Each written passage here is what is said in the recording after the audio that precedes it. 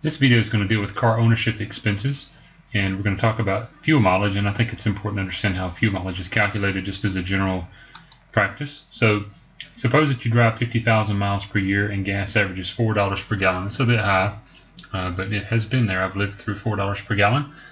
What will you save in annual fuel expenses by owning a hybrid car averaging 50 miles per gallon rather than an SUV averaging 25 miles per gallon? So if you drive 50,000 miles, we need to find out how many gallons that is for 50,000 miles for these two different things. So we can use proportions here. So we can say 50,000 miles is I don't know how many gallons and call it X gallons. And then on the other side we can say that the hybrid, we'll do the hybrid calculation here. The hybrid is 50 miles per 1 gallon. So when you set up a proportion, just keep in mind that all you have to do is be consistent. If you put miles on the top and gallons on the bottom, put miles on top and gallons on the bottom over here as well. And then recall what we did here, we cross multiply. We say 50,000 times 1, or 50,000 equals 50 times X. Right, that's what cross multiplication does. You take this times this, that's on one side, and then you take this times this and put it on the other side. So 50,000 divided by 50 is pretty easy math. So for the hybrid car, we'll burn 1,000 gallons of gas driving 50,000 miles. So the SUV, we do the same thing. 50,000 miles is how many gallons is 25 miles per 1 gallon, and we cross multiply again. And you may be able to tell here that if we burned 1,000 and we're getting 50 miles a gallon, if we get half the gas mileage, we're going to burn twice as much fuel. It's one of those things that's inversely proportional. The higher your fuel mileage goes up, the less number of gallons that you burn. So as one goes up, the other goes down. So let's cross multiply here. 25x equals 50,000. So you see we burn 1,000 more gallons of fuel with the SUV.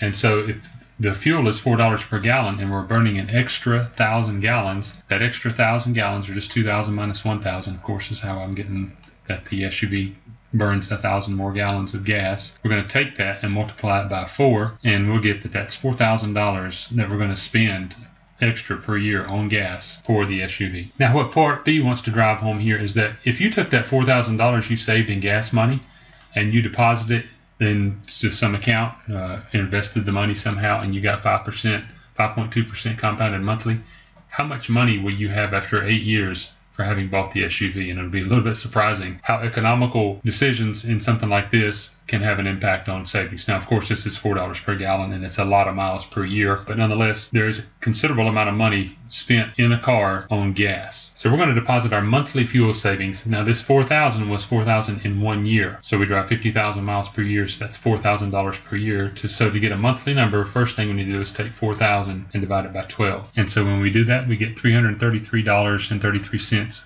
of fuel savings every month. And we're going to put that into an annuity paying 5.2% compounded monthly. And we're going to do that for 8 years. So let's go get the annuity formula from section 8.5. And now we'll populate this with the numbers from our problem. And again, this is all part of the annuity section. I'll put a link up here at the top for a video to take you back to how you calculated an annuity in case you're not familiar with where the R, the N, and the T, and the P came from. So now let's put this in our calculator. And so you see I've substituted that in.